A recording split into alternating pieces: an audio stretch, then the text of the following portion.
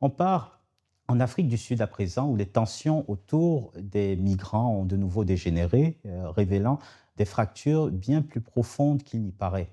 Des réseaux sociaux nous parviennent les images de commerçants étrangers africains persécutés ou des images d'émeutes et de voitures incendiées, notamment dans la ville de Kukombo, dans la région du Cap oriental. Alors, qu'est-ce qui s'est passé? Selon la BBC, une marche contre l'immigration illégale a viré à l'émeute, avec donc des voitures incendiées, commerces pillés, climat de peur, au point que la mission diplomatique nigériane a appelé ses ressortissants à limiter leurs déplacements. À l'origine de cette tension, un élément qui pourrait passer pour anecdotique, le couronnement supposé d'un chef traditionnel Igbo, une figure communautaire sans pouvoir politique réel, mais perçue localement comme une intrusion dans l'ordre coutumier sud-africain. Depuis, des témoignages terribles d'étrangers victimes de cette interruption de violence, de cette éruption pardon, de violence, ont fait le tour du monde, comme celui-ci recueilli par la chaîne sud-africaine SABC. My name is Je Gesh. m'appelle Gesh, je fais partie de la communauté éthiopienne.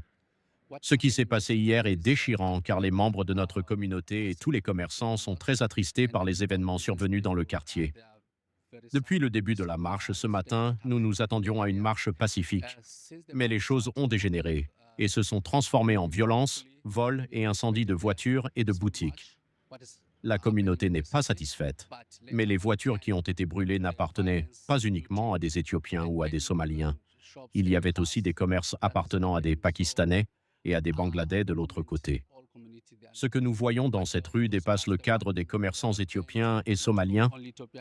Alors pour le contexte, le quotidien français Le Monde a publié un article de sa correspondante sur place qui indique que la chef de file du mouvement anti-étranger a dénoncé sur sa page Facebook des étrangers arrogants, entre guillemets, et qui ont, je cite, pris le contrôle des lieux, c'est-à-dire de l'Afrique du Sud. Le Monde donne aussi la parole au chercheur Stephen Gordon, selon lequel donc dans l'imaginaire sud-africain, les Nigérians sont associés à une perception particulièrement négative des étrangers et à des stéréotypes défavorables. Cela dit, les victimes des représailles ne sont pas seulement nigérians, mais aussi africains et même asiatiques, comme on a pu le voir. Alors, comment penser les poussées de fièvre anti-étrangers récurrentes en Afrique du Sud? Selon un article du Daily Maverick, tout résumé à la xénophobie sud-africaine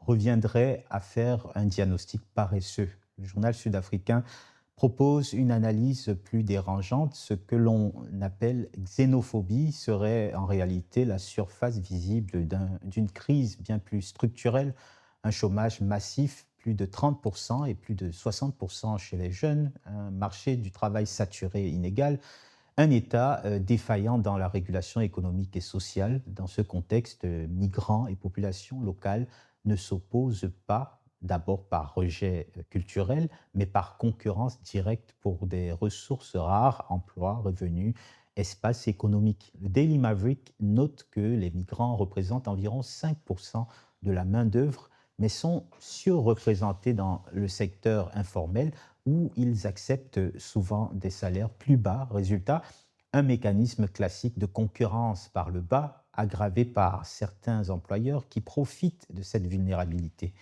Et dans cette équation, les véritables responsables, c'est-à-dire l'État et le patronat, disparaissent comme par hasard du récit public.